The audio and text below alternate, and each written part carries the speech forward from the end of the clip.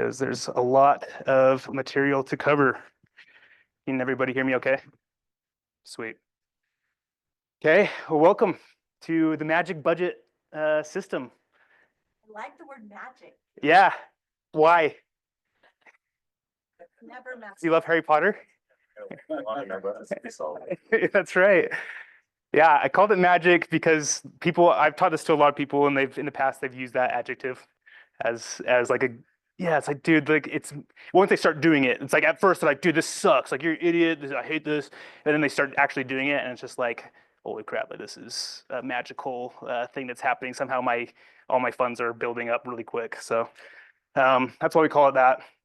So this class is not, a few things it's not is income increasing class. So it's not like how to make more money. It's not a class on taxes. It's not a class on a budget system for your business, but rather more of a personal budgeting system. Okay, lots of the principles will still apply to the business budget, but just as a heads up there. And is Adam here? Okay. And one of the responses I got from Adam was like, because I asked like on the survey, like, why do you want to come? He's just like, so that my wife quits spending all our money. So yeah. So this is one of those things that will help in that. But for me, it's like opposite. Like I'm the spender in the relationship with my wife, and yet the 2 years before I got married, I lived off a total of $2,600 a year for 3 years. $2,600 a year.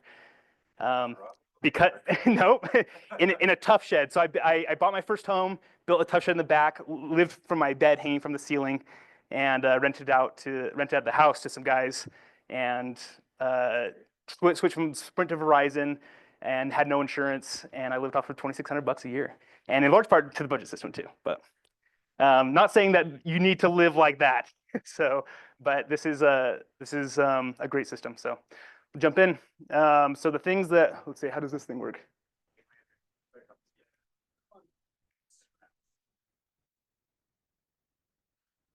Okay.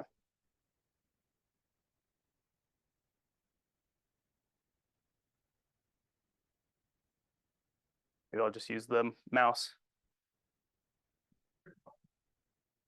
Oh, there we go. Now it's working. Okay, so go over to agenda real quick. How do I minimize this thing? There we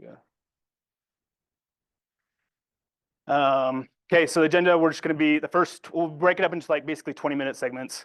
Don't want to keep you longer than an hour. If you have to go after an hour, feel free.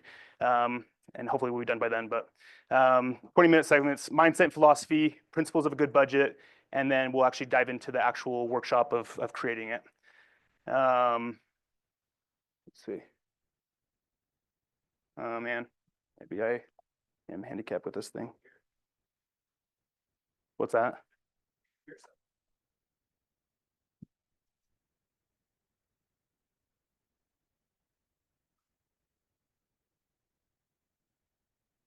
Okay, so we'll start with the psychology of money, some common weeds. So to start off, I know we've covered this a lot as agents in these team meetings, but what is wealth? How'd you guys define wealth? Go ahead.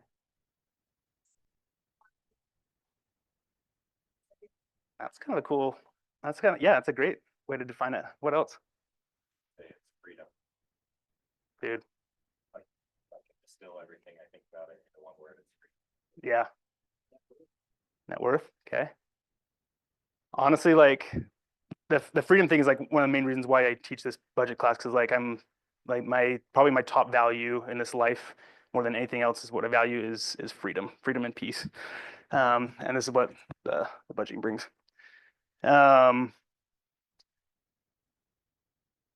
So what's your financial goal for the year? 10K, 100K, 300K, 600K, 1 million. What about 156.1 billion? Yeah, that's it. Shoni, why do I say that number?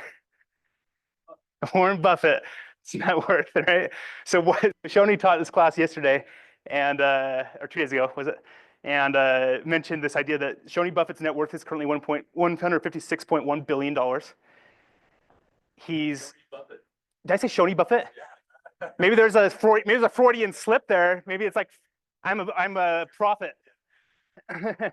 um, so, but he's how old? 96, 93, something, 94. So the question was that Shoni proposed was like, how many of you would be willing to switch spots with Warren Buffett, both his money and his age? Oh, thanks, right?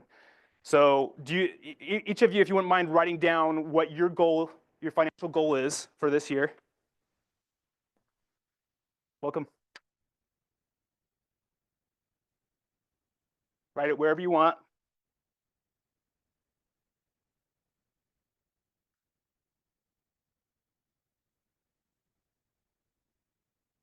And then let's ask the question, why? So throughout this process, I want to be asking this question a lot. I believe it was Gary Keller who said, money's only good for the good that it can do, right? So when it comes to your financial goal, why do you want that money? And then write that down.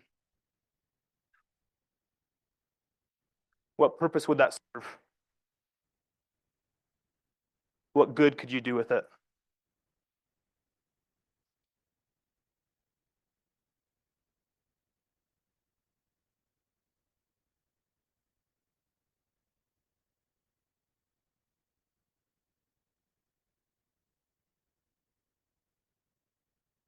So Gary Keller defined being wealthy as enough passive income to fund your personal mission. Okay. So as you think about your goals for this money and what you want to do with it, think about this. Like, what is your personal mission, and what is the exact number? It's important to get clear on what is that exact number that you need financially to fulfill that personal mission. And I want to be clear that wealth is not a dollar amount, specific dollar amount, that for everybody, I should clarify, that it's a separate amount for every single person. Somebody can fulfill a personal mission for, $1,000, and another person needs 10 billion, right? But it totally depends in that spectrum. What is your personal mission, and how much do you need to get there and to provide for that, or to have that freedom to, what did you say, to be with who you want and to do what you want, right?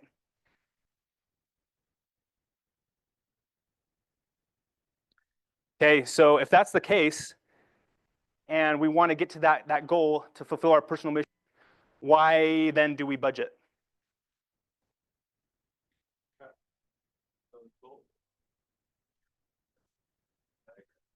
Yeah, progress or digress. Yeah. While we wait, just write down what you need. That's it. A lot of times that will do it. So just consciously having it written down. Oh, I gotta write this down. Maybe I won't buy it. Yep. At least you're conscious of it so that you can know, right? Yeah. Line out steps. So you'll be more your odds increase as you focus on. So like, I guess the principle of what you focus on expands, right? What you put the energy into increases. And so if you are focusing on something and you write it down and you have that goal, then you're actively going towards it. Whereas if it's just ambiguous, it's kind of out there, right? What else? Strategy behind it, right? Like, this is how much I want to make, but how am I going to get there? But then how am I going to spend that money so it gives me the freedom or whatever that I want? Yes. I think I've been in this state where I've been making more money, but if I'm not taking the time that my money needs, then I don't feel like I made more money because I don't know where it went or it wasn't, Right. So, Yeah. Who cares if you're making $1 million if it's like, if you're not seeing the $1 million anywhere? yeah. I was just gonna say what you just brought up because it's so counterintuitive. It is. That you have. Biggest this paradox. impact, gives you freedom. Like every time we go out to eat, I'm like, I shouldn't be spending this money. I shouldn't be spending this money. And so if I have a budget for out to eat, I can spend the money and feel okay about it. You know what I mean? Not even okay, but great, right? Because you know that you have everything else in your life is covered financially, right? That money is set apart for eating out. And so now I can have total freedom in that, and I can spend all the way, I can get to zero in that account, right? Usually we feel bad for getting to zero in our accounts, but eating out, I get to zero every month in my eating out account. I call it my gluttony account. So, and I get there every single month, and it feels great, and I feel great about it because that's what it was for, right? So boundaries create freedom. If you don't get anything else from this class, like today, just memorize this statement, put this in your brain. Boundaries equals freedom. Okay, so the more we create these boundaries, the more we get these walls coming in, the more this wealth grows, right? So same idea, like Shoni, you're training for Ironman, right? Or what are you? You're Spartan. Okay, so Shoni, if you were to wake, when's the Spartan race? July. So from now until July, you woke up and just went to work and just kind of, went about your day, working hard on everything else, but say never actually trained physically, what would happen on the day of the Spartan?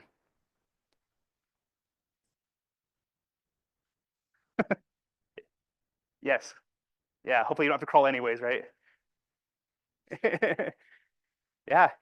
So what really happens in that moment is there's no choice to run fast, right? You really only have the one choice, which is to like struggle in that long distance race, okay? So the whole idea of creating boundaries, meaning like I'm gonna set a boundary for myself, I'm gonna run every single day at this time, right? And by doing so, what does that do? Builds more freedom for when the event comes of the crisis or the marathon or the goal, that suddenly you have choice. You can choose to run slow if you want, or you can choose to run fast because you're capable. So same thing like parachute, we have these boundaries that we put on a parachute so that we don't die when we fall out of the plane. Creates that freedom. So a lot of these ideas come into play here, and I'm sure you guys could think of a billion things like that, right? Traffic lights, all these things that help us. And I run plenty of red lights, but and sometimes it creates less freedom. But this is a true principle that I want to really ingrain. So if that's the case and it creates more freedom, a budget creates more freedom, why then do we not budget? Like in your guys' case, what are some of the reasons that you've either started a budget and stopped, or you just haven't even started one before? What are some of you guys' reasons for that? I get to where I'm not following it, and then I'm just like, oh, I've messed up. I'm not gonna worry about it anymore, instead of like resetting and. Yeah. Or you get too far behind and you're like, gosh, I got 2 weeks of things to go through, or. Yeah, so there's some kind of like hill in the way, a speed bump, and then it's like, I don't want to have to take the work to go back and, okay, it's a good one. What else? Don't make it a priority. In the first place or like while you're doing it, either one? All of it, yeah. Okay. You still have good habits. The second thing is, you get excited about starting it, but it's work to do it until it becomes habit. Doesn't work to do it, become habit. So like kind of like the 90-day thing or whatever they say is, okay. I think it's harder to budget when you're on a variable income. That's why I'm excited to be in this class, because Sweet. you listen to so many, podcasts or whatever, and it's all about people that have set incomes. Well, Yeah. heck yeah, that's easy to budget. Most of us are realtors, and like in my experience too, one month I'll make 20,000, and for like 3 months in a row I'll make 0. So it's like, what do you do? Okay, good question. We'll go over that. Like, I don't know, my poor husband has to deal with me because like growing up where it was like really like didn't know if there was like gonna be food on the table type of situation. And so I like just survival mode. So there's just so much emotion to money for me that it is for like I just avoid it, whether there's enough money or not. Like so I don't know. I think if you've ever been in a hard situation with money, then a lot of that can kind of come up when you have to face it. And it's kind Totally. of like I'm really good with other people's money. Like I ran a business. I did a good job at that and tracking and budgeting and expenses and all of that. And so when I said one day, I was just like, oh, I don't know why I can't do this. Like I can't do that. Like so he's like, you did that for a large business. Like you can do that. And I'm like, oh, there's just such that like Some emotion tied to it. mental block there of, yeah, it's interesting because I like honestly one of the reasons I love this class and like budgeting so much is because I hate money so much. To be totally vulnerable, I hate the idea that we have to live on it and it runs our lives and and hence the whole freedom thing, right? Like the reason I have this budget is so that I'm not a slave to the money or slave to my time, but I'm free from those things. I want to be the slave master to my money, not the slave, to it. And so that's a big thing. Like I'd say, like I'm a capitalist up here, communist in my brain or heart of like with the money thing. So I get that. Here's 5 top reasons people don't, and kind of go along with what you guys have already said. Finding it difficult, prefer not to know, lack of confidence, lack of time, find it boring. So let's go over some limiting beliefs. Some of them have already been covered that are huge, that can help stop us in our tracks. But number one, it's not for me. I lots of times I come across this idea of like, well, I'm already frugal. I don't like, I always pay my credit card off. I don't, go over my limits. So why would a budget be important to me, right? So that's one limiting belief. Second, not willing to take the plunge. It's too daunting. It seems like, like I said in the email, it's like 7 hours to set up, maybe, and then about 7 minutes a month to maintain. So it's like I don't even want to spend time on it. Not willing to delay gratification. So I like the freedom of my credit card. I like the idea of not having limits or not having boundaries, and I don't want to give that up. Time is my enemy. I should be rich right now. There's like the millennial mindset, right? Of just like, I worked 20 minutes today. I should be a millionaire by now, right? No, that's not the case. So there's a lack of patience there. Time is my friend. This one I've struggled with. The money will come on its own. So it's like, I kind of trust that, I'll be there eventually and I'll be okay. And so there's not like that urgency of like, no, I need to actually do things, be proactive. 6.1 is wealth increases solely based on a higher income. How true is that? As we study NBA players, what happens? It's been all right. Some of the most bankrupt people in the world are the ones that make millions of dollars every year. So pretty crazy. Like in the psychology of money talks about this, where it's like it's not necessarily bad. They're not like evil for doing that, right? Like it comes from a mindset from when we grow, from when we're really young, right? We have these circumstances and situations from when we're this high, and how we're taught about money. The lower class in the world ends up spending like 4 times the amount on like lottery tickets than anybody else, and all of that money, if they saved it up, it's like I think it was like $5,000 or something a year that they could be putting towards like a down payment on a house and build all these wealth. And so like, oh, they're dumb, lower class, dumb, It's like, no, it's just a non-functional way that they grew up with and a mindset, right? And the wealthy class does the exact same thing. They think, oh, well, I made all the money on my own. It was all because of my skill, right? That I made all this money. Well, the truth is there's probably a lot of luck too, right? So we want to mix those two together. We want to combine what is functional skill and then also give the credit to where credit is due, that really we're just blessed to even have anything at all, right? So I'm doing fine. It's the 7th one. Why do I need something like this? Luck or skill, like I said. So. Okay, so let's dive into some of this. I actually took this from Shoni. Maybe he could explain a little bit better, but this is kind of the way that our programming in our minds work, right? So our thoughts lead to feelings, our feelings lead to actions, and our actions lead to results. So during this next little bit, well, that's kind of loud. I want you guys to focus on these things: thoughts, feelings, actions, as we go through the next, because those are the more like controllable parts, right? Okay, so I want you to take out your notepads or wherever you take your notes on. And we're going to take just like a few minutes, and I want you to answer some of these questions to help dig up these weeds. What are your core beliefs about money from when you were, really young, circumstances? What do you truly believe about money, and what are your feelings around it, your emotions around money? How has your story about money shaped your beliefs? So what do those circumstances do to shape that? And are those true? Are those beliefs functional, or are they a disservice? Which ones are which? Which are functional and which ones are a disservice to you?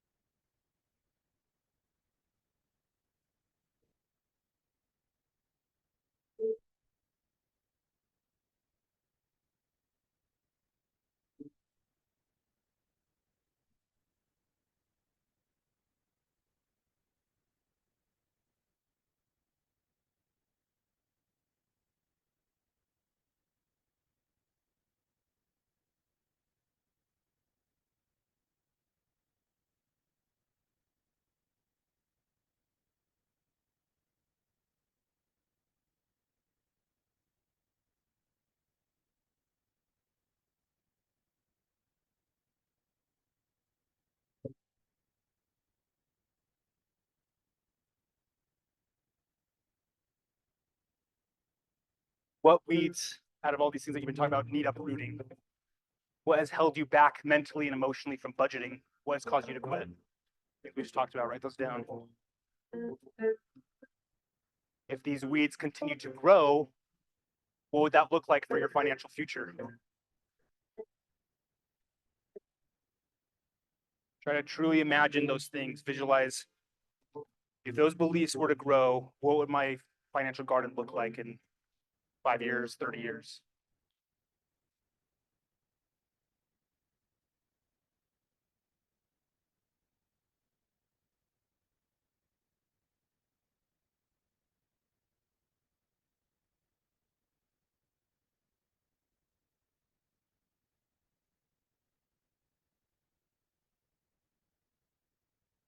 Now imagine what types of mental greenery you'd replace those things with.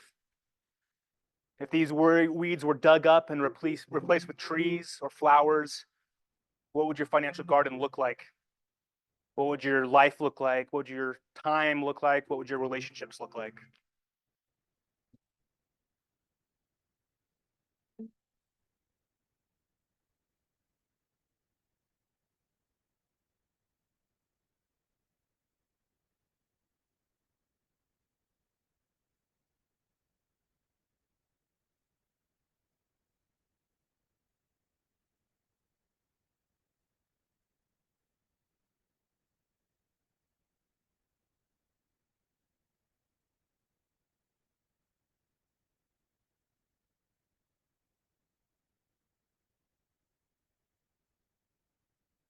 Take another 30 seconds and finish your thoughts. What's the vision? What is your vision?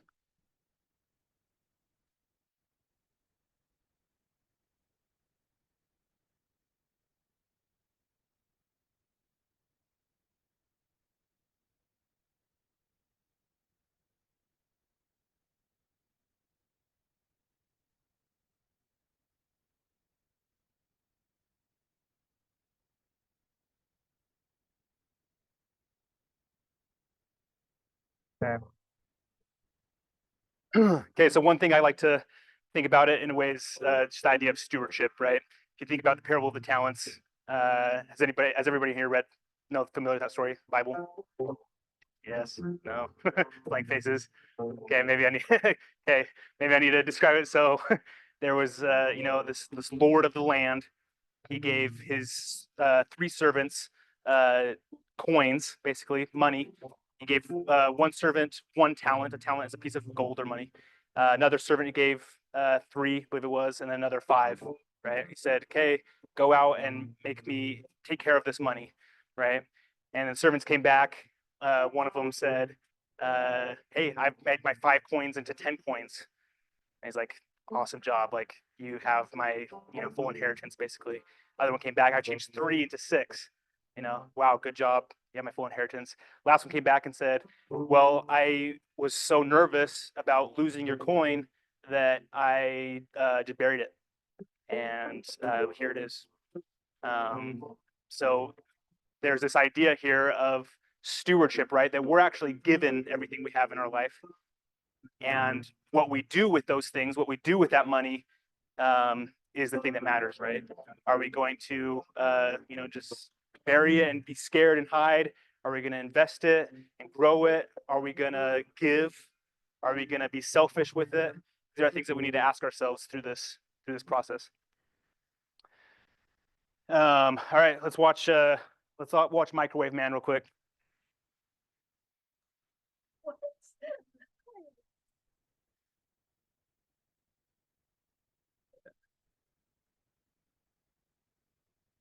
If you're serious about Oh no, so guess quiet. what?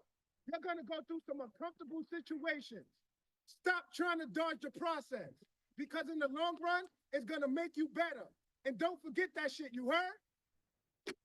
Basically, what he said is like, "Hey, this is gonna be tough, but do it anyways because it's gonna make you stronger." Okay. And he's wearing a microwave. All right. I like Microwave Man. He always gives motivational speeches. Okay, so principles of cash flow. Let's dive into the principles now of what makes up a good budget. So 3 things we want to consider are: 1, where's it coming from? where is the money coming from? 2, where is it going? And 3, is it trackable or measurable? Can we manage something that's not trackable or measurable? No, right? So those 3 things that we want to go through, okay? So let's discuss that main cash flow. Where is the money coming from, okay? So there's 2 types of income that we have in this life. We have capital assets, meaning we're trading our time for money. It's our job, it's our work. We literally are exchanging a barter system, time for money. Second one is our assets, where our money works for you, okay? Both of those flow into this thing called cash flow or income. And with this income, you have 4 choices. You can spend it, you can give it, you can save it, or you can invest it, right? So let's talk about this first one this one? Yeah. So let's talk about this job first. You work for your money, okay? So I kind of took this idea from Rich Dad Poor Dad and just kind of, made a different visual out of it. But this is basically the idea of what Robert Kiyosaki explains in Rich Dad Poor Dad. This idea of that when we have a job, the job goes into our income. The income then flows into our expenses, just life expenses, everything we spend on every day, and our liabilities, right?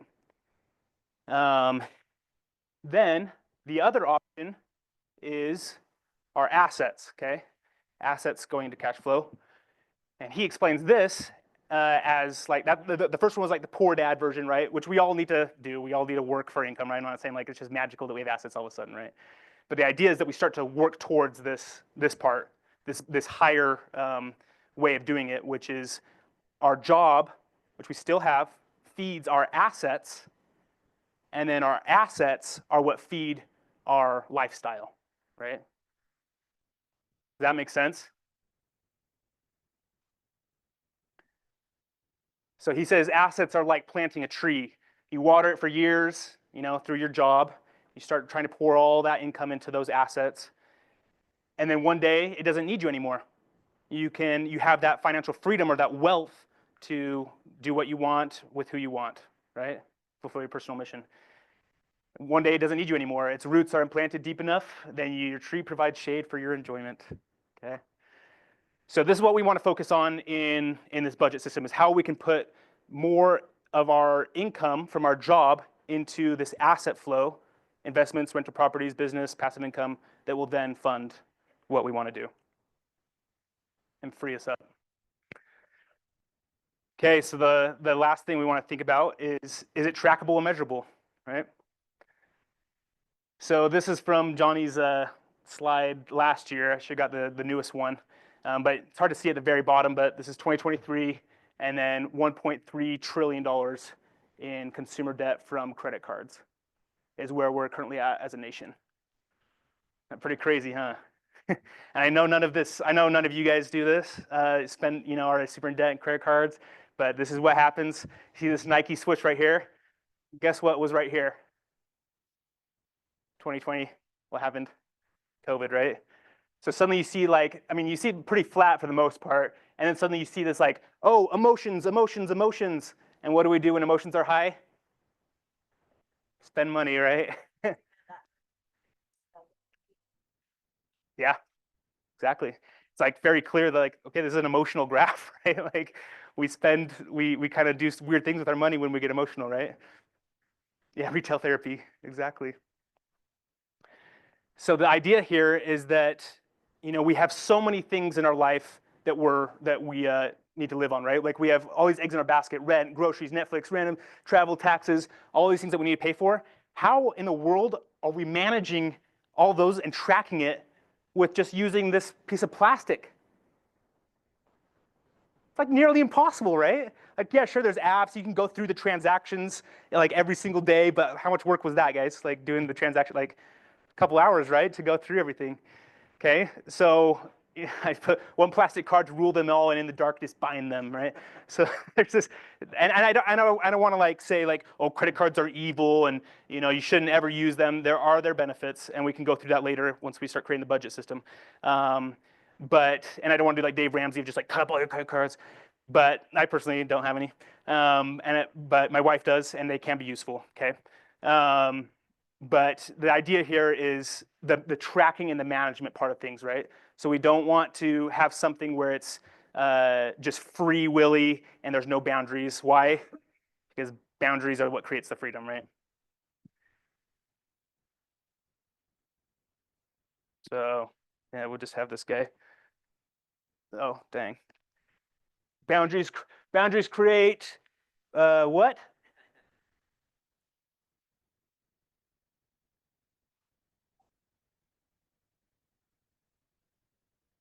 Sorry, I got a little cheesy. Oh.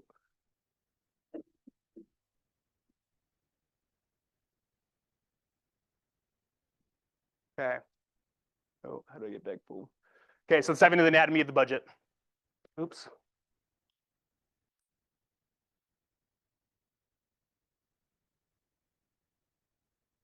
Okay, so now we're going to talk about those buckets or categories or boundaries, whatever you want to call them. So I'm sure many of you have heard these, people throwing out all the time, like you want to be, financial security and financial freedom, right? Being financial free and secure, and you hear those all the time. So what are those? But I want to talk about what does actually look like in a budget? Okay, so how I see it and what all these other gurus are talking about in their books, and where I got this from is 6-month emergency fund is the security, and your asset builder that we just talked about is the freedom, right? So you have these two categories inside your budget as two of your main pieces, right? The whole point of the budget is to create freedom and peace of mind, right? Or security. So those two things. So those are these two core buckets that you for sure want to have in your budget: emergency fund and freedom. And what happens when this emergency fund gets filled up? You stick it all in the freedom one, right? So that's the beautiful thing about this emergency fund. Dave Ramsey advises 6 months, that you have this fund, the emergency fund, that you could live on this fund if you say, broke your back and couldn't work for 6 months. How long could you survive on this fund for with all your living expenses? So he says to make that a priority, put all of it into there as much as you can until that's filled up. Then you can divvy it out into the rest of the categories. Okay, so recommended budgets by percentage. Is basically saying 100% of your income right here. Say you made $100, 100% of the income, you want to put 10% of it towards giving, 10% of it towards taxes. Now I cross these out because to try to adjust for more like a realtor situation. If you are a real estate agent, you know that you have a lot of ways to reduce your taxes. If you're doing 600 plus hours, you can write off as a real estate professional. There's so many ways to write off taxes as a real estate professional, right? So maybe that could be closer to 5%. And then this next category is your asset fund. Now I'd say if you do have debt, credit card debt or any kind of debt, all of that money should be going towards the debt first. Like if you look at a graph and you're below that zero mark, you can't really be making money and wealth until you hit that zero mark if you're below. So all of that money should be going to debt first. Then all of that money that you're putting into the debt, paying off the debt, goes into the investment fund. And then the rest goes into living expenses. Any questions on that? Debt, if I'm gonna wait to pay off my house, I'm never gonna have any How- extra. House is the unique one, besides the house. Everything else. I'm good with that. Okay.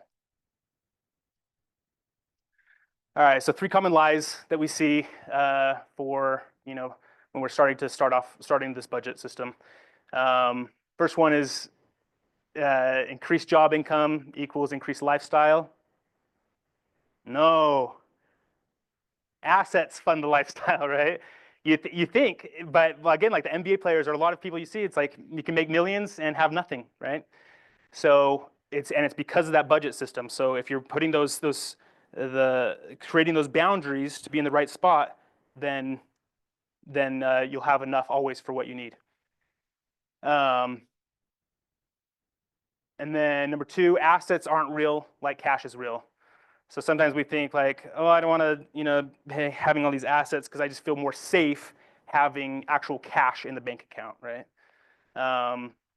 Fault, financial maturity, as Shoni always talks about, is going from goals from an hourly wage to a yearly salary to total net worth. Okay. Third one is peer pressure. Can I just borrow? Somebody asked me to go out to dinner. I have no more gluttony fund. I'm at zero because I ate out a ton this week. We've got plenty in the other fund and the asset fund. So I'm just going to take some from that this time. You can, but what happens to your eventual freedom? Starts to like put holes in those buckets, right? And then everything drains out, okay? So I say protect your freedom at all costs by maintaining that dignity and that discipline for your budgets, for your categories. 5 common stumbling blocks and their opposites. Number one, no consistency.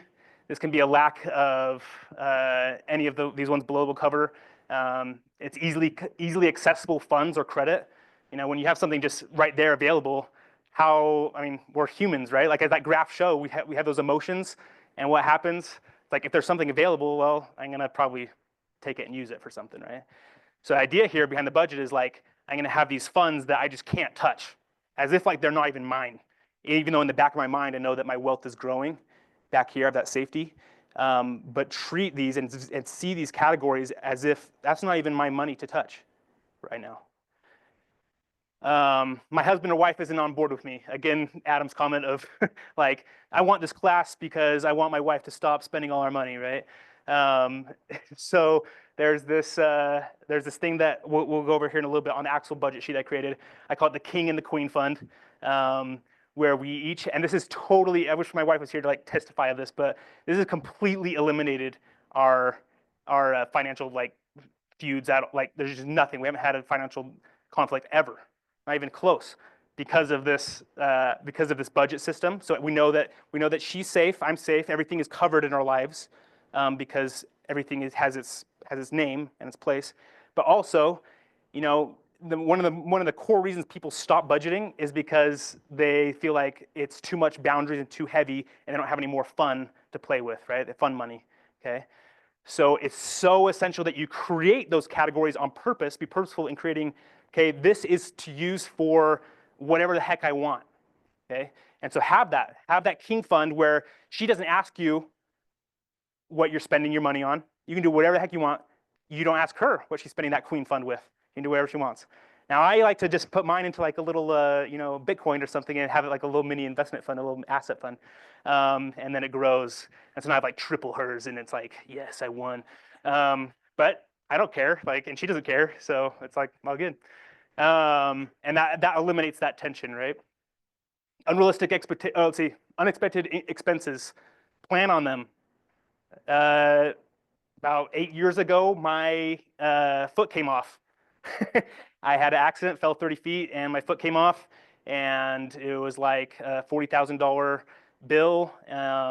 Like I said, I didn't have insurance at the time. Luckily, my uncle's a surgeon, and he helped out significantly with that cost, but still had to have like that $9,000 that I had to deal with, right?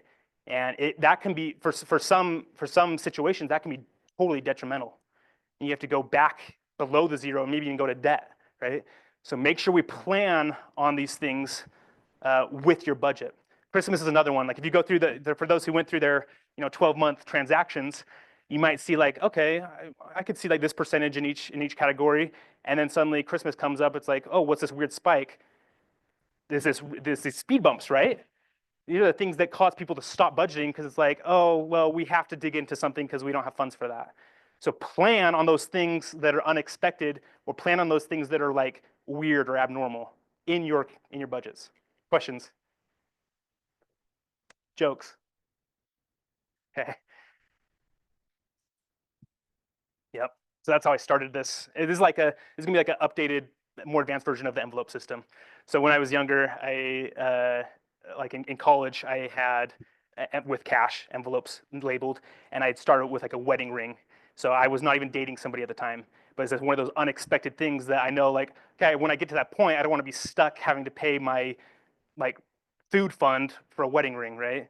And so I started saving. I put like $5 a month, and then eventually I didn't get married till I was like much later, and I had this like huge fund for a wedding ring, and then I used some of it for the anniversary, and I felt totally fine. Didn't have to sell off my motorcycle or all these things that people do, because it was already there, right? Like what freedom that brings to have that fund set aside for those things that will happen in life. Okay. So as you create your budget system, think about those things for yourself personally. What are those things? Unrealistic expectations. Can we actually put 70% of our income into the assets right now? Can we really put 30% into the fund after doing the numbers? So again, realistic expectations. Time consuming, that's the other one. Again, this could take anywhere from 45 minutes to 10 hours to set up depending on your transactions. But then after that, it's literally 7 minutes a month to manage. Me and my wife get together the first Sunday of every single month and create or just manage the budget. And I'll show you how we do that and how it's so quick. Okay, budget launch time. What time are we at? I hope I'm not, okay, we still have 20 minutes. Okay, let's dive in. So if you want to take a picture of this, this is going to be the actual step-by-step process of how to create your budget system, okay?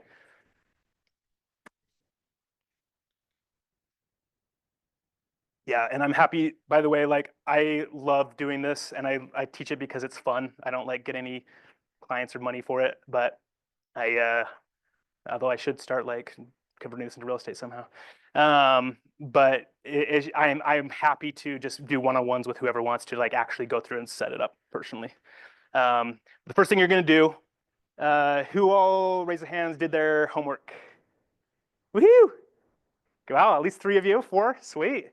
Good job. It was a kind of an extensive homework, I know. It can be overwhelming. Cam, what happened? Would you mind sharing? Can I put you on the spot? Yeah, what happened when you were going through this homework? Well, I started, as I was going through my credit card, I noticed this charge, CPI, card, gas.com, and I thought, what is that? It's $235. It wasn't a big expense. And as I kept going down the line items, there's another one for $235. There's one for $460. There's $35, $460, $335, whatever. And I got all these like dozens of charges. And it wasn't, it didn't throw a ton of money, I guess, but it was like $7. And I could not figure out what it was. So I called the number. They were thinking that it was fraud, was going to report my card. I said, well, do you have a son or daughter in high school or middle school? I said, yeah. So we're at. It's funny that he knew to ask that. He's like, oh, well, it's vending machine. Yeah. He said $235 is a Gatorade or whatever. He told me that. I was like, okay, thanks. And hung up. And then come back. Some like buying stuff like that. No, they're actually just Gatorades and this and that. Anyway, so he's buying all this stuff. And yeah. Dude, I can't. Credit card? No, he went out with some friends and I allowed him to put it on his phone for that night. And I gave him a specific amount that was okay. So this was not okay. So we've had a conversation about it. Yeah, he brought out the whip. So I've been deleted from his phone now. Now he's lost privileges for a while. so this can be an amazing lesson, right? I can't tell you how many times, you're not alone in this, Cam, by the way. Like everybody who does this for the first time is going to find surprises of like, I thought I canceled that subscription 5 years ago. I've been paying $10 a month for 5 years on something I don't even have or use. Like, it's amazing. And so just by doing this alone, you're gonna save a lot of money, okay? By going through these transactions. So you're gonna go through all your transactions for every account, and with a different color pencil or pen, you're gonna highlight each one and put it into a different category. You have a key, okay, orange equals gas, red equals insurance, yellow, it's so on, okay? And from there, how you're gonna do it is you're gonna divide the total amount, the dollar amount, by the number of months, okay? And that'll get you your percentage. And from there, we're gonna go in and create the account. So those who have computers, type in this bit.ly URL. For those who don't have computers, scan the code. It's gonna be easier on your desktop for sure.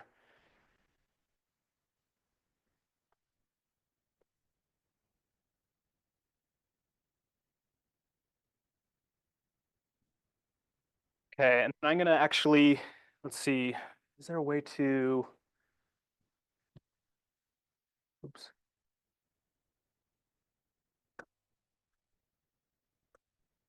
Okay, oh, I'm sorry. Let's see. You're good. You're good. Yep. bit.ly/magic budget. Okay, so I'm going to guide you through exactly how this this budget system works. Okay, but before we do that, before you start pushing buttons on it, everybody go up to the file, make a copy, name your copy, so that I'm not getting screwed up on the next one. You bet, no problem. So once you get there, file, make a copy, name it whatever you want.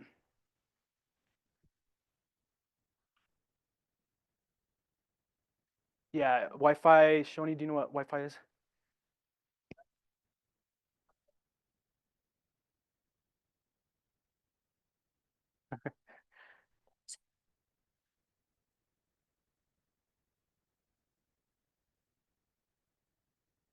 Guys, I'm excited for this part because you're all gonna look at me like a total lunatic and you're gonna make fun of me. And once you do this budget, the way that I'm teaching, people are gonna make fun of you. But guess who's gonna be laughing in 30 years, okay?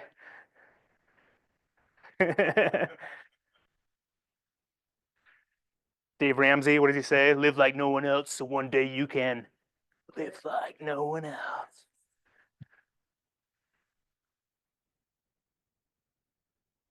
Sweet, thanks, Cam. That's the internet.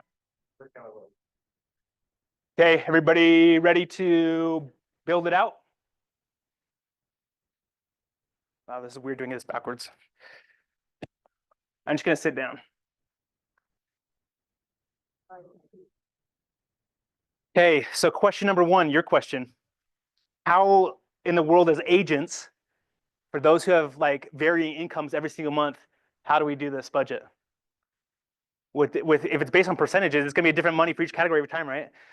So the thing that I like to do, and what the CPAs advise for S corps, actually, it's actually a really good way to save on taxes too, is you basically just pay yourself the exact same amount from your business account. So every time you get commission, it goes right into your business account, and from that business account, you're going to pay yourself to your personal account the exact same amount every month. That's how I like to do it, and then you know your salary every month. So I like, for example, we pay ourselves because I'm poor still. I need to learn how to make money from other people. Is I pay myself $4,000 a month. Okay, so from the business fund. So say I make $20,000 1 year or 1 month, and then 1,000 the next month.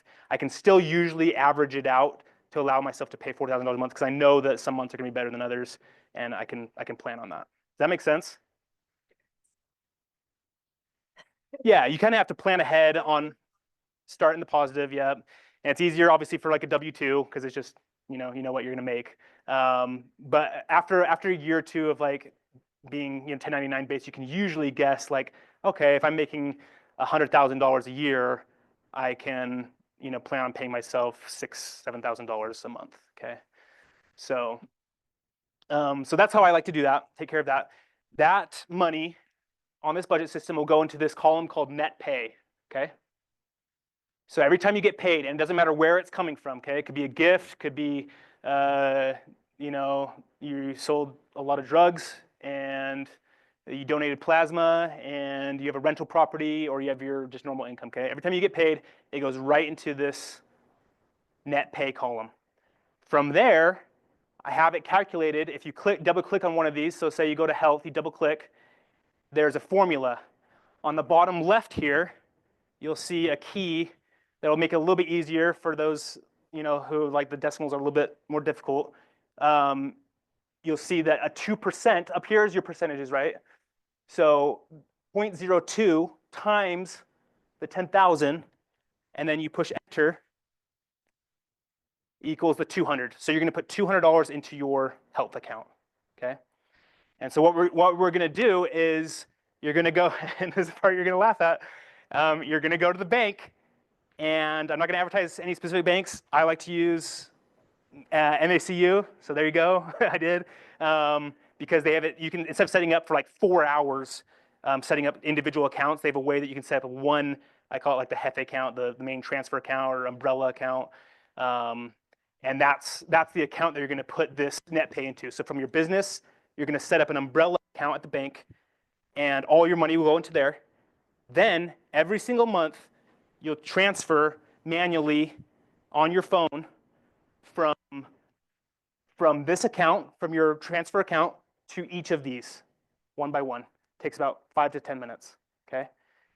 They also have a way on MACU where you can actually set it up to do percentages, and you can, if you know that you're gonna get the same amount every single month, you just push one button and it will send everything out from the transfer account to everything. You can do it in 20 seconds a month.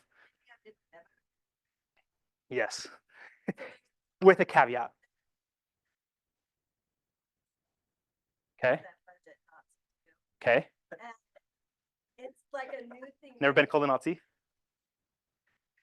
Envelope within your account, and then you use the same debit card, but anyway, and it'll tell you when you're starting to run low in certain envelopes and stuff. Anyway. it's Yeah. very cool. Yeah, that's sweet. I'll have to talk to you more about that after. Okay, so here's my wallet. It's less thick than you think because I like wood, and so like this is like a big thick thing of wood around it. But you will have a thicker wallet because you have, instead of like 2 cards, you might have 10 cards. Now, let's go through here. So here are my cards, by the way. Like my gluttony fund. Every time I go out to eat, instead of using one card, I just pull out. And I have it red, so I know like, okay, look for my red one. Pull it out. I have a guy that makes stickers for these if you guys are interested.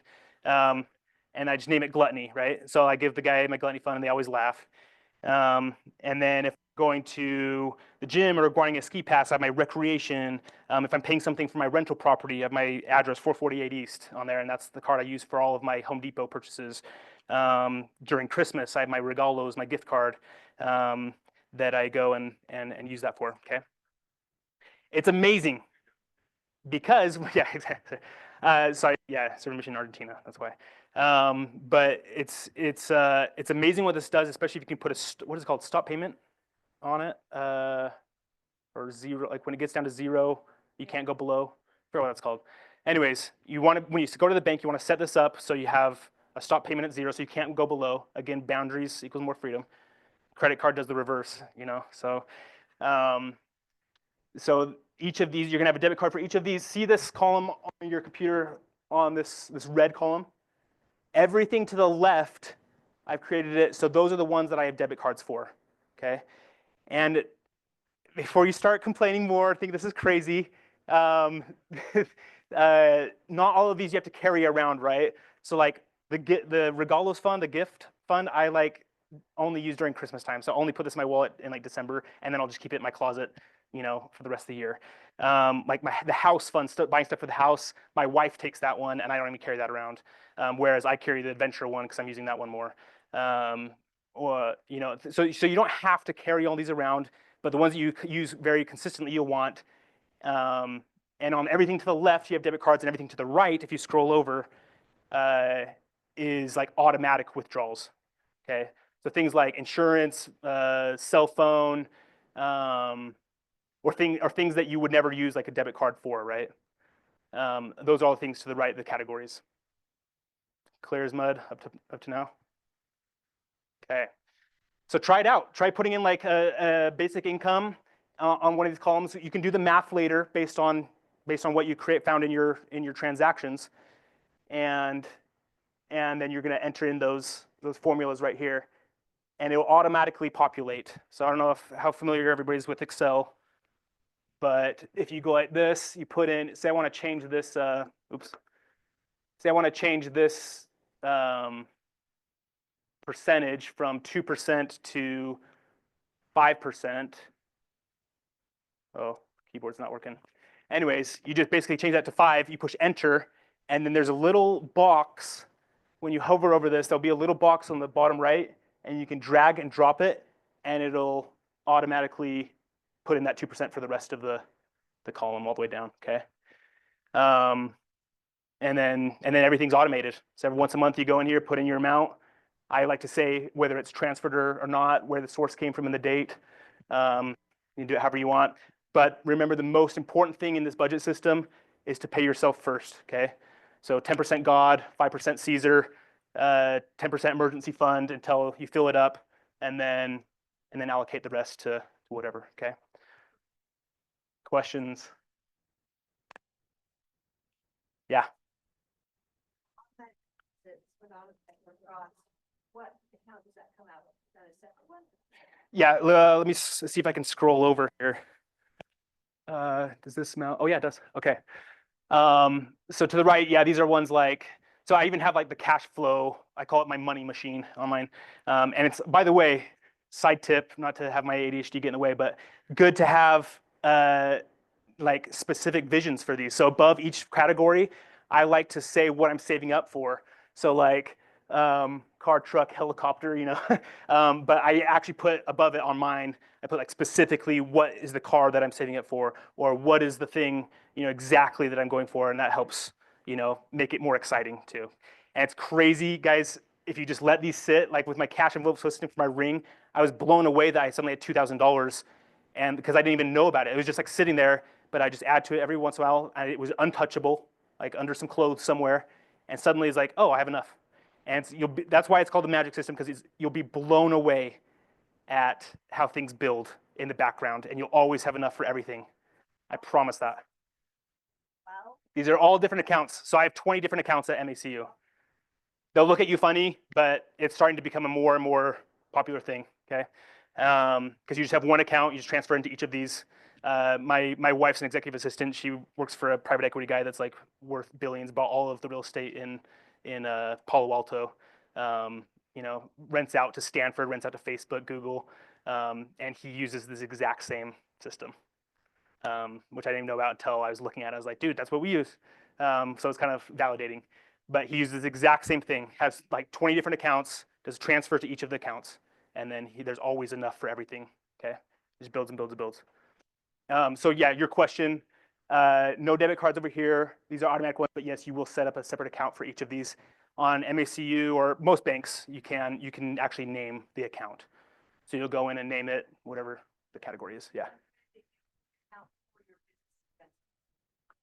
Transfer in for like KW, whatever. No, so this is a personal budget system. Same principles could apply for the business. You know, just you have a totally separate account, like umbrella account for when you get income, and then you transferred like, okay, I want advertising category, I want pay myself account, I want, you know, all those things. Yeah. They said you don't Max. have a credit card personally, your wife does. Okay. Anything you guys will like use that for specific? Yes. for the- Yes, let's talk about credit cards. How many of you have credit cards? Yeah, like 100%, okay. So credit cards can be useful. We just renovated our house, like rebuilt the whole freaking thing. And halfway through, I was an idiot, but halfway through I realized, why am I using a credit card and be getting all these points for like travel or cash back or something, because I'm spending it anyways, okay? So they can be useful. What you're gonna do is try to limit those credit cards down to the bare minimum and the categories that you're spending the maximum amount in, okay? So for example, my sister's a chef, a private professional chef. She buys thousands and thousands of dollars of food every single week, okay?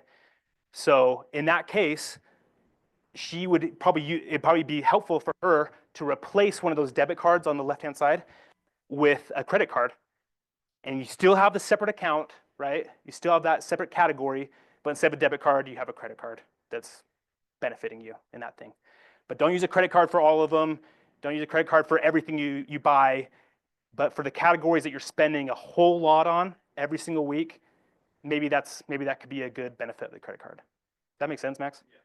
Okay. I will say something though, people that are really good with their money and use their credit cards, that they will say to me, oh, my credit's great, whatever, and you gotta be careful of what your max is on your credit card, because you're only supposed to spend up to 30%. And if you catch your credit report and you're maxed out at 80%, your credit can drop 40, 60 points Yep. just from doing that. Big thing to tell your clients too. So, I mean, as much as you can, stay away from credit cards, because we're human beings and we're emotional spenders and it happens. But if you are going to do it, be wise with it, like you already know. And then you use that account. So all the money, all the cash will still go into that same account that you have a card in, but you're going to use that account to pay off the credit card each month. Okay, that makes sense. Yeah.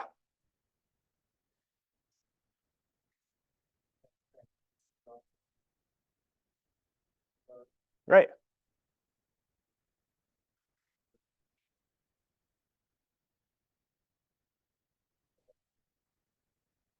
Okay. And that might be a separate thing for like the actual business account, you know? So, and yeah, so, but for personal, I'd say stick to very minimum and be diligent on that. I had another thought and I forgot now, but any questions up to this point? Trent?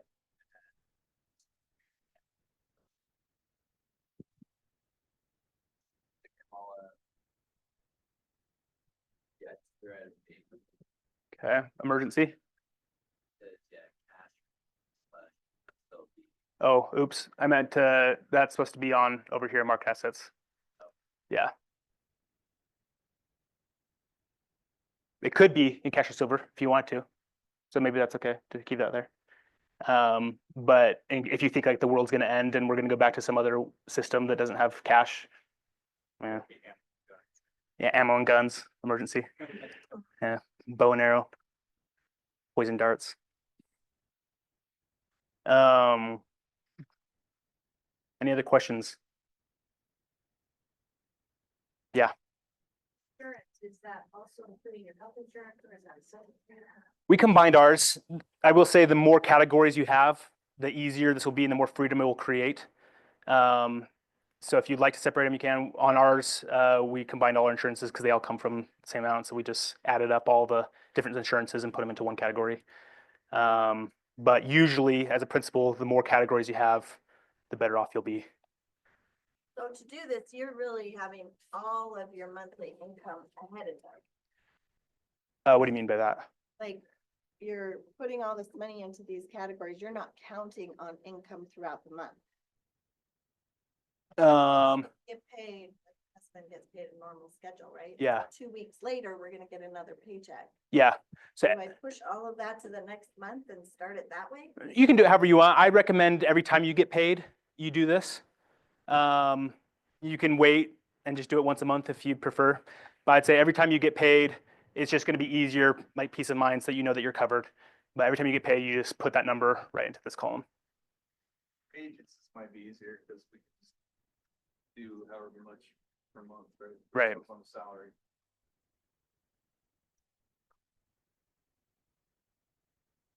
Questions, jokes? Trent, do you want to share your experience about doing this? Trent has been to a couple of my classes and he's like got $50,000 out of debt and starting to build some wealth now. So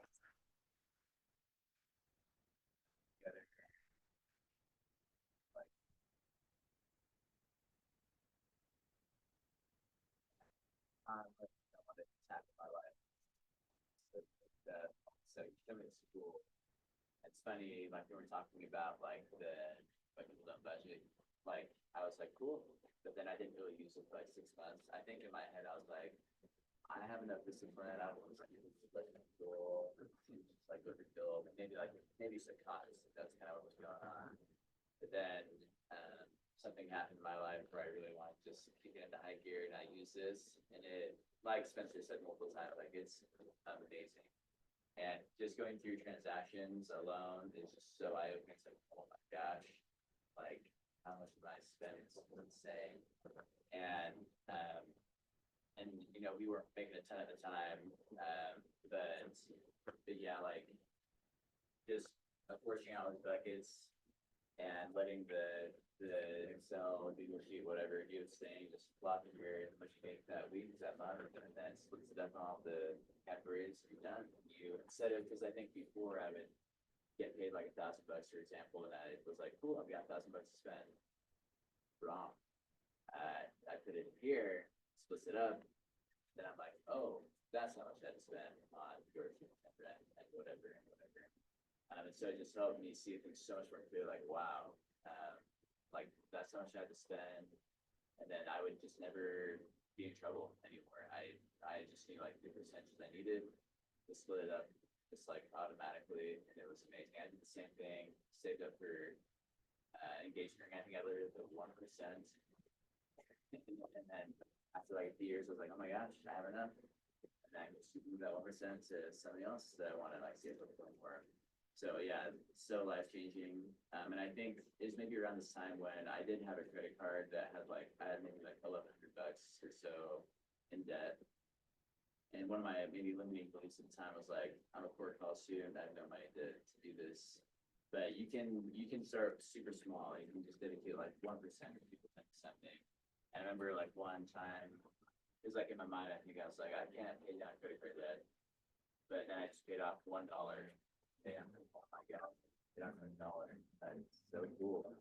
And that's no.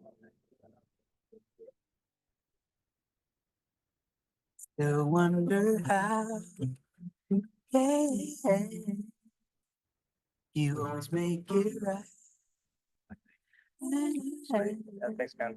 Yeah, Richest Man in Babylon. We'll talk about this. It's such a tiny book, but I highly recommend reading it. It's like a little pamphlet, almost, but the principles in there are priceless. So it talks about how you can be earning, barely making it by living in a cardboard box and become wealthy just through the budgets. The Richest Man in Babylon.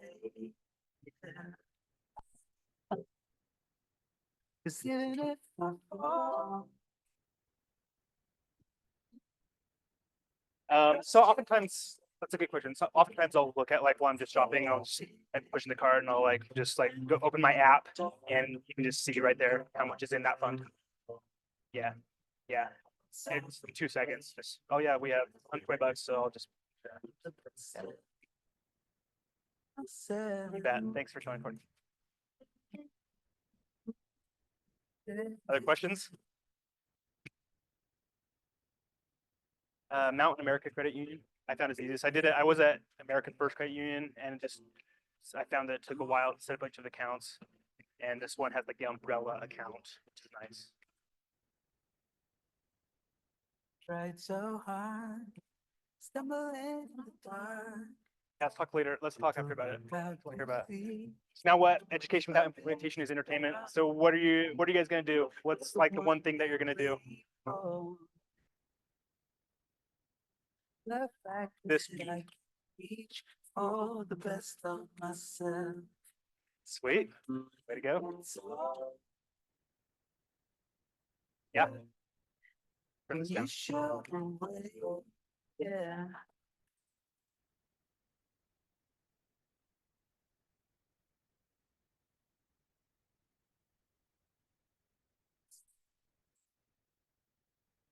Yeah, so you only have to fill out the spreadsheet at the very beginning. So when you set up all your percentages, that's the one time that takes a while because you're trying to narrow down. And you will adjust like the first like 3 months, you're probably gonna adjust it like 5 different times to get the numbers right. Okay. But after that, then you literally just plug and chug. So you just put in the number under in that column percent income, and it'll automatically fill the rest of the row. And then you go in with your app and say transfer from transfer account to health, transfer account to insurance, transfer account with each of the dollars that it shows on your Excel spreadsheet. So I open up my Excel spreadsheet. She opens up the app, and I tell her exactly how much to put in each one. Just do it.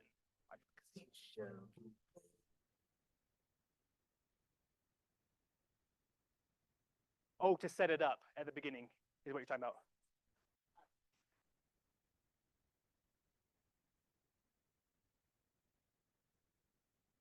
Oh, I see.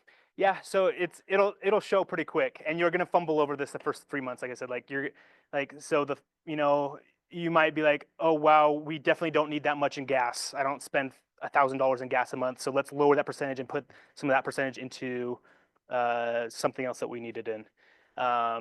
Or you might find like, oh, this percentage is only giving us $100 in food a month. We need to increase that. So you're gonna go through and on the Excel spreadsheet, change the percentage. Did that part make sense? Or maybe I'm not answering your question.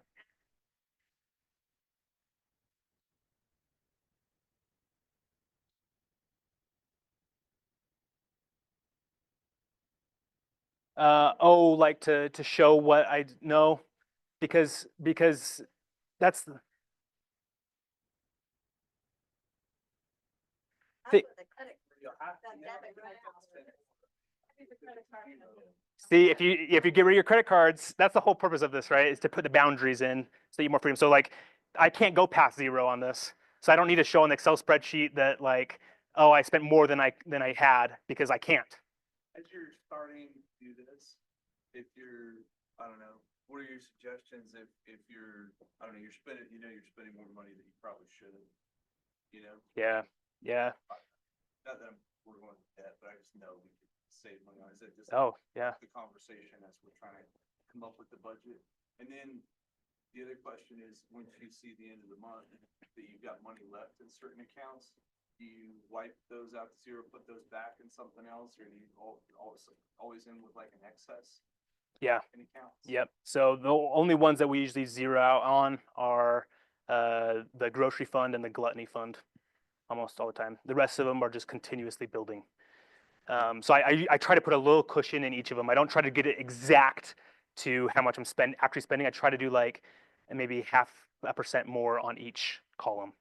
And in that way, it kind of just builds everything. And then in case something like right now we have like $6,000 in the insurance, and we only spend 15 or like $1,000 on a month. But it's nice in case, say, one day insurance raises their prices, like it's happening right now. It's like, oh, good, we're covered. So it kind of just builds in the background. What was your other oh, cutting down? Like getting the same Yeah, joke about somebody applying. yeah, That's a real thing to everybody. right? totally. To get on the same page. Yeah, there's usually a spender and a saver in a relationship. Yeah, or sometimes two spend. Sometimes two spenders. But either way, it doesn't matter. That's why this is cool, because the principles cover that. It's like that's what the boundaries are for. Where it's like the goal of the boundary is to not like say, hey, you can't spend anymore. That's retarded, and you'll give up on it. You'll burn out so quick. The goal of the budget is to create categories for you to spend it with peace of mind, knowing that you'll have enough in it. I've only changed, I don't think I answered your question yet. like, just going to the first one and change it, then I have to add that somewhere else. Let's jump on.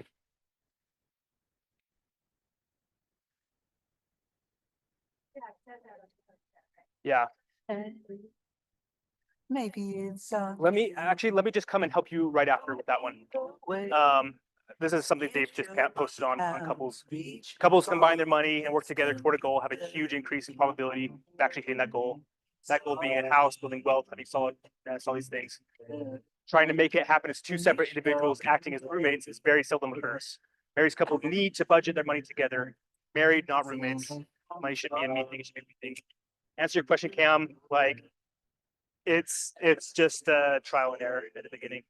So you're just going to go through the biggest technique I'd say for cutting down is saying, this is our goal for wealth building, like assets. So I'm going to maximize that account. So I'm going to put, like, they recommend 30% into assets. I'd say usually more like 15 to 20% is more like feasible. But depending on what your lifestyle is, try to get to 30% in that asset fund, in your money machine fund, and put it all in, and then allocate the rest of the percentages to the rest of the things. And that'll like force you to cut down on everything else. Because like, oh, now we only have 1% in our eating out fund, so we can only use that much. And it forces you to cut down on that. That makes sense. Learn how to see what you already saw. You're the one to. I mean, 401k can be, but you're in real estate, houses. Yeah, but anything commercial. I mean, businesses, intellectual property. There's so many, like, Bitcoin. I have two separate columns. I have one for cash flow assets and one for like long term, like stock market assets. So I separate my 25% into like 20%, 5%. I trust you.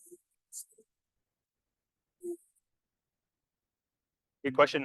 It'd be smart to put it in like a CD or a savings or something, which you can create as a byproduct. So you could, how we do it, because you can't usually put in like every month put it in. So I'll usually accrue like a certain amount, you know, of like 5,000, and then put it into a CD.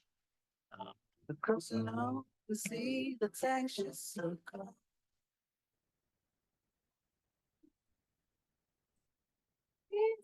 So like I said, I love to do it. So happy to like keep you accountable if you'd like. And if you do if you do 3 of these, I'm happy to get you one of these gifts because it's just so fun for me to see progress in this. And like Shred Story has been so fulfilling to me. And so if any of you do these things, let me know and I'll send you one of these gifts.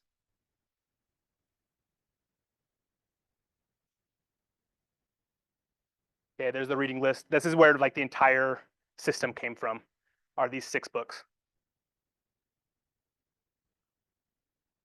And I'd say I'd advise read them in order, because of the step-by-step maturity that you'll gain. Like this last one is a whole different thing about life insurance and setting up your own personal bank and all these things, but it goes from basic to more complex. So.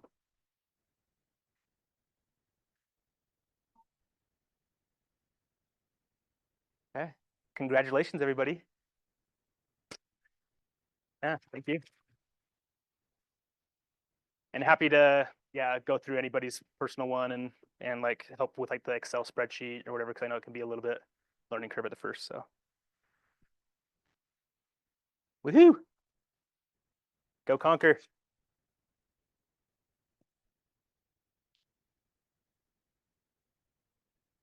Wait, I want to hear these comments that are being like husband and wife, right? So what are can I get some feedback from you guys? Like what are you guys thinking? Scared? What's the main scare? credit card for everything, but we don't ever have a balance, like, we don't have a need it, we pay off our credit card every month. but Yeah. we use that for all of our purchases, cause I like to have it in one place, and we actually itemize, like, we started budgeting, we go through and like itemize every single thing in a category, Cool. but we're doing it after the fact.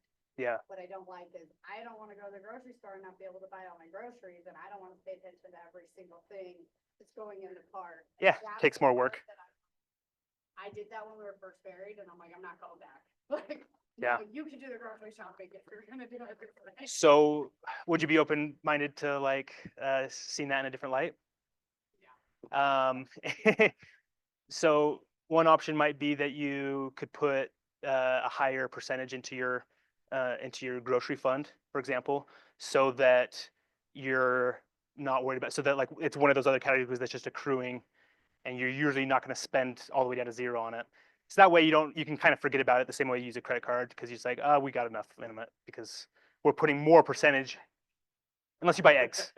Well, then none of this even matters and you're gonna have to sell your house. So yeah. The other, go ahead. Like, it's so stressful because like I grew up, like, you balance your checkbook to the money.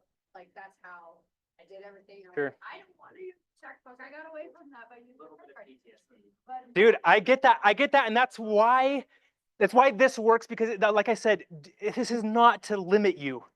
It does the exact opposite. Like, and it sounds like it's limiting.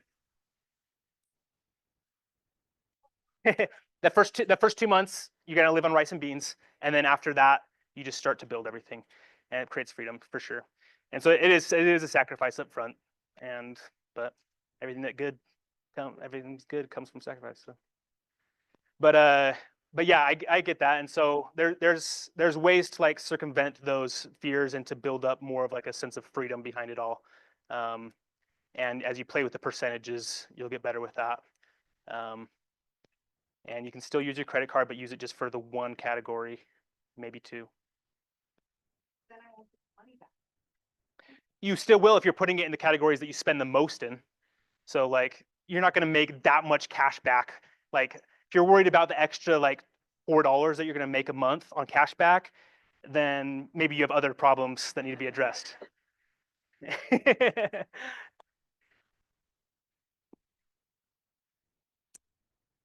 Yeah, but they are good for cash back if you're spending it on the thing that you're spending a lot on. So yeah, maybe it's groceries. Yeah. Leftover our business account, I think keeps getting bigger and bigger. At what point do you pull more money out and put it into your asset fund or put it into? That might be a good question for Shoni or for, Keller Williams books, and because I think it just depends on your business. Like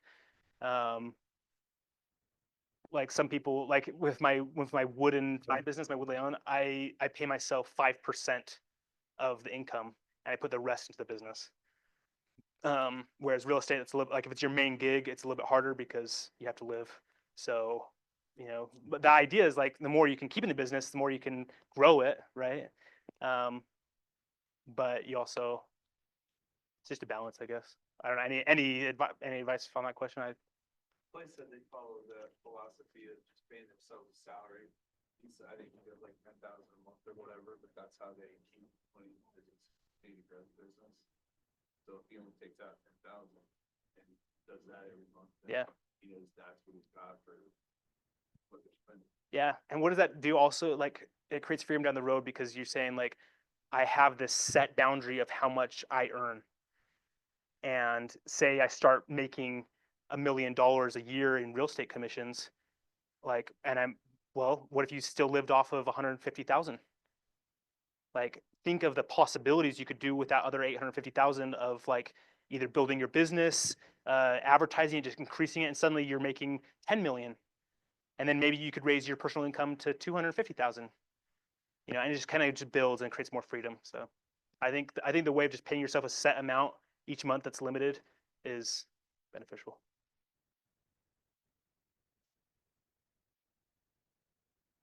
Somebody want any help on, do you want help on like the spreadsheet? Yeah, you bet. Thanks, guys. Also any feedback would be appreciated. So like if you want to just come up to me and say like, hey, I hated this part, then that'd be nice so I can get better at it. Name of the guy that does your part? The stickers? Yeah. I'll send it to you. Where was it said something about a review. I didn't see anything. Oh, yeah, I can pull it up. Sure. Thanks.